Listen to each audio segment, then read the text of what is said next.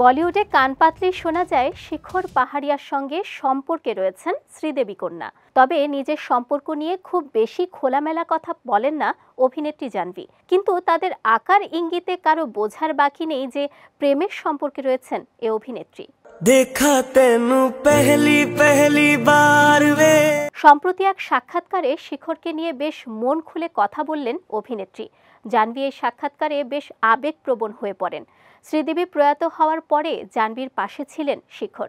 জাহ্নবী জানান, জীবনে দুজন মানুষ তার পাশে সব সময় থেকেছেন, স্বপ্ন দেখতে সাহায্য করেছেন।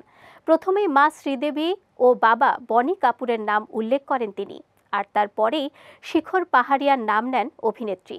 শিখর সম্পর্কে জাহ্নবী বলেছেন, আমার যখন 15-16 বছর বয়স তখন থেকে ও আমার সঙ্গে আছে। আমার স্বপ্নগুলি ও নিজের করে নিয়েছে, ওর স্বপ্নগুলিও আমি আমার নিজের স্বপ্ন করে তুলেছি। আমরা পরস্পরের খুব কাছের। আমরা সবসময়ে পরস্পরের পাশে এমনভাবে থেকেছি যেন আমরাই পরস্পরকে বড় করে তুলেছি। দিল জানিয়ে मैं तेरा ही हो गया। এর আগেও করণ জোহারের শো কফি উইথ করণে জাহ্নবীর মুখ ফসকে বেরিয়ে যায় শেখরের নাম। এই শোতেই প্রথম শেখর পাহাড়িয়ার সঙ্গে সম্পর্কে থাকার ইঙ্গিত দেন জাহ্নবী। এছাড়াও একাধিক জায়গায় শেখরের সঙ্গে জাহ্নবীকে দেখা গিয়েছে। জাহ্নবীর পরিবারের সঙ্গেও মিশে গিয়েছেন শিখর।